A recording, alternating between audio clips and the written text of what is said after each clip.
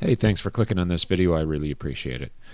So obviously you already knew because you clicked on this video that it's a book holder. I'm going to walk you through the process of all the cuts and the assembly of putting this together and kind of why I went the direction I went with how I made this. It may not be the best way, but I'll explain why I did it the way I did it. So let's get into it. So I did some preliminary measurements and some estimation, and I decided that I wanted to go with a 22.5-degree angle on all of my cuts. It just seemed like it was going to be the best for what I was shooting for. Then I decided the height of the peak of this thing is going to be a little under 7 inches, between 6.5 and 7. I went ahead and just set the table saw for 7 inches with the angle. That'll put me a little under 7. Then once I had made all those cuts, I went ahead and nudged the fence in. As you can see, I have a sacrificial fence because I'm trying to get this really tight to the blade. This cut is going to establish the peak of the book holder, so I want this to be very tight and clean. Then once I had everything set, I started the cut. The blade was a little higher than I wanted. There was a little bit more exposed on this particular cut than I would have liked, so I lowered it down and then carefully moved through the cut, making sure to keep the board cleanly registered against the fence and slowly just progressing through. Then once I made all those cuts, I was able to go over to the miter saws to start cutting them to length. This was another arbitrary decision. I picked up several books and tried to decide on a length, and 7 inches seemed to be a good number. For a really large book, this wouldn't work out, but for most books, this is going to work very nicely. So once I got a stop set, I made quite a few cuts, and now I have a pile of these. And now it's time to start the first part of assembly, so let's get into that. So I decided to use CA glue simply because if I used regular glue, it was going to be somewhat of a clamping challenge to hold this together with this severe angle. I could have made small clamping calls and different things to try to do this, but since I was batching out quite a few of these, that was going to really slow down the process and I would have to wait on the glue to dry. And since I was really trying to progress through this in a hurry, CA glue, because it sets so quickly, seemed like the better option. Plus this thing isn't going to be exposed to all kinds of different stresses and stuff as far as the joint goes, so I'm not really concerned about that.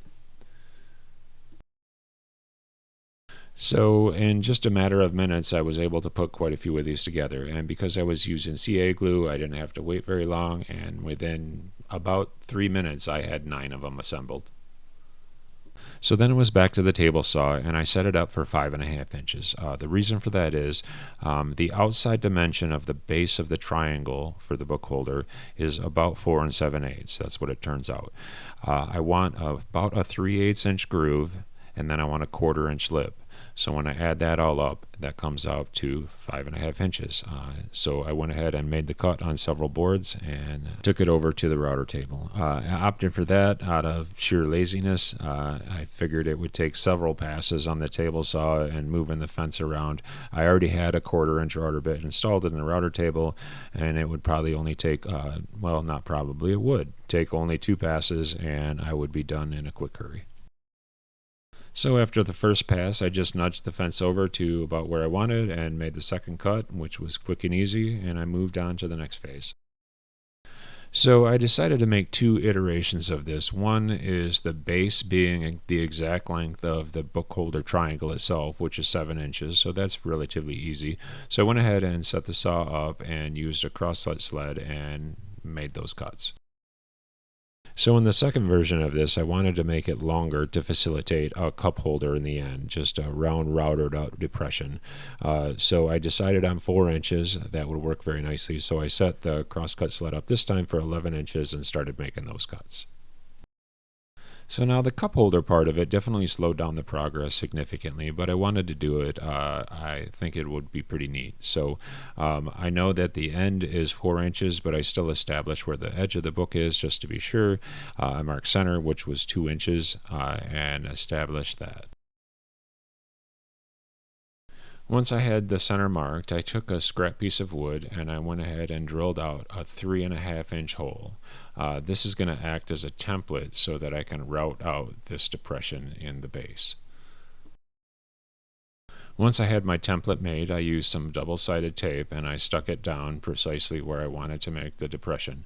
I'm using a bowl and tray router bit, and I'm going to go ahead and make this cut in about 3 passes. Using the template made a nice round clean hole. It was a bit messy, but I was very happy with the end result and it turned out very nicely.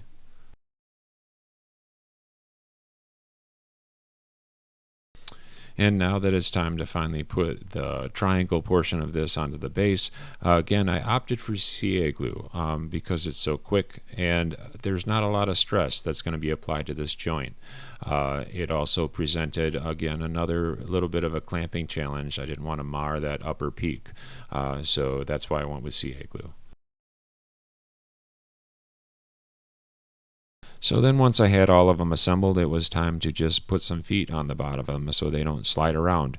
I will add that I made these out of cedar, specifically because people like the smell of it, and two, because, well, I don't have to put finish on these, and that's another added bonus. And once the feet are installed, they're done. A quick, easy afternoon project. Hey, thanks again for watching. I hope you enjoyed the video. I hope you found it informative, and go out and make something.